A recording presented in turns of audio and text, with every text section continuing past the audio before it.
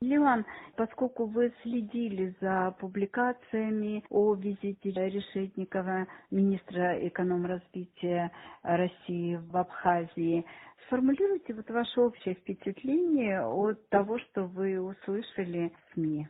Я увидел материал в Инстаграм, там было посещение нескольких объектов, в том числе по комплексному плану, которые восстанавливаются. Но внимание мое привлек эпизод, когда министр экономического развития совместно с представителями Абхазии и представителями строящегося Москва-Резорт, это санаторно-курортный объект, как известно, Ткачева, который был презентован пару лет назад в Абхазии. Вот эта экскурсия меня и привлекла, потому что там звучали, например, такие фразы, как «анклав». У посетителей этого комплекса не будет необходимости покидать территорию. Мы знаем, что там собственный пляж порядка 2 километров. Общая площадь составляет более 45 гектаров земли. По первоначальному проекту говорилось о более чем 1000 апартаментов, но месяц назад, презентуя заново этот проект, уже говорится о более чем 2300 апартаментов, плюс еще отель на 400 номеров. Самое, мне кажется, важное, это вот презентация менеджера, девушка, рассказывающая о том, что туристы будут находиться практически изолированно. В моей голове сразу нарисовалась картина будущего, когда в Абхазии будут такие анклавы десятками, сотнями гектаров, где будут проживать иностранные граждане, где будет создана такая экосистема, в которую местное население не будут вовлечены, потому что, как объясняет менеджер, у них будет все, что им нужно. Мы знаем такие объекты по системе ультра, все включено за границей, но мы, как общественность, желающие своей стране хорошего будущего, мы должны думать о том, как использовать абхазские активы во благо всех граждан Абхазии. А здесь мы получаем анклав, куда нет доступа гражданам Абхазии и фактически потерю части территории, части активов. А за все это нам говорят, что там будет аренда земли, там условные рабочие места, которые тоже никак не регулируются. Я думаю, что это будущее не то, ради которого столько всего было сделано многими поколениями здесь, в Абхазии. Какова была реакция самого Решетникова? Позитивная на это, либо негативная? Когда ему сообщают о том, что несколько тысяч посетителей этого целого комплекса, фактически у них будет все, что им нужно внутри, и без особой необходимости покидать территорию. И это удивило министра, который говорит о том, что как это приехать в Абхазию и не посетить достопримечательности. Он назвал и Рицу, и Новый Афон, и Сухум.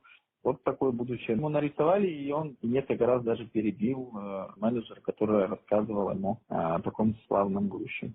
Это было удивление с негативным оттенком. Если говорить об этом комплексе, то потом уже сама менеджер сказала, что у них собственная турфирма, то есть все коммуникации проживающих и отдыхающих на этом объекте, они все будут внутри этой экосистемы, которая будет создана владельцами этого санаторно-курортного объекта. То есть, так можно сказать, что минимальный контакт абхазская действительность она обрисовала, и это, по моему ощущению, легло на слух и на восприятие Решетникова, и он, кстати, об этом сказал. Леван, скажите, пожалуйста, а вот, скажем, высказывание Решетникова по энергетике, по Сухумскому аэропорту, как-то вы можете оценить?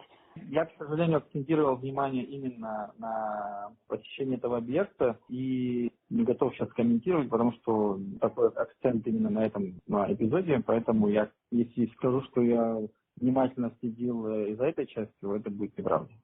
Вот этот визит, это была такая демонстрация того, что нас ждет в случае, да, если Абхазия каким-то образом позволит пройти по законопроекту по апартаментам, потому что здесь будут образовываться мини-городки, мини-анклавы. По количеству эти анклавы будут или сопоставимы, или превосходить местное население.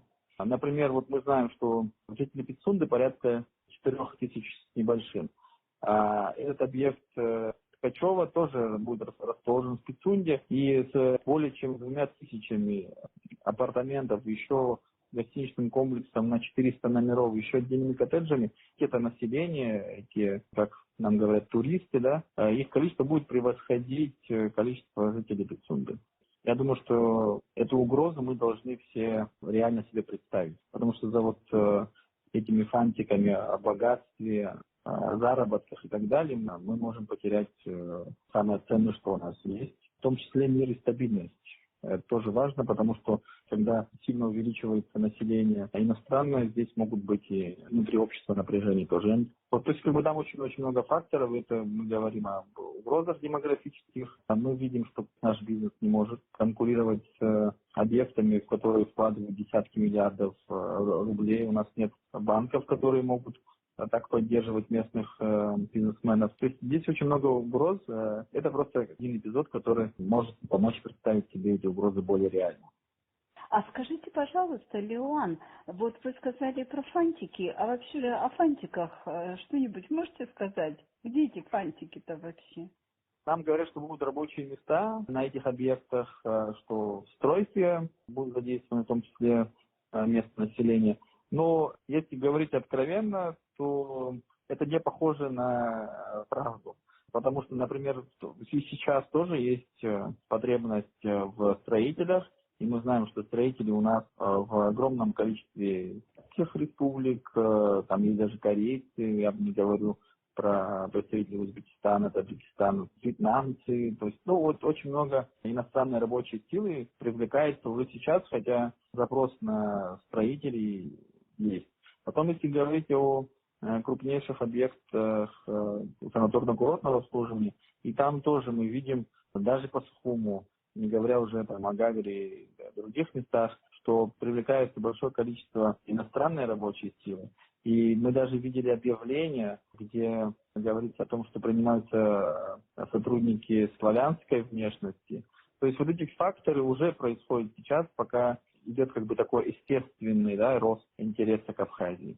Нам предлагают фактически завалить Абхазию стройкой, забетонировать все, что можно и нельзя забетонировать, по примеру Адлера и Сочи. Такая перспектива, мне кажется, не очень радужная, особенно для местного населения. Возможно, для инвесторов это выгодно, потому что они, особенно застройщики, им выгодны эти апартаменты, они окупают свой проект уже на стадии строительства. Я даже сказал бы, что для местного населения и для абхазского государства выгод нет. Совсем. Если кто-то не считает, что потеря суверенитета и потеря части территории значительная и потеря активов это выгода, окей, тогда мы как-то иначе смотрим на развитие страны. Главное, самое мое впечатление, это было то, что я сам для себя представил, как это все будет происходить с остальной Абхазией, если мы этот процесс не остановим в зародыше. И мы должны регулировать, делать все, чтобы это было в интересах в первую очередь абхазского государства и граждан Абхазии. То есть наша задача всего общества именно за это бороться. По примеру, Москва-Резорт, мы видим, что интересов в Абхазии там будет минимум. Эти вливания, которые неизбежно идут в Абхазию, потому что мы знаем, из-за санкций российский бизнес не имеет доступа на многие рынки, поэтому нам нужно отрегулировать, исходя именно из своих интересов.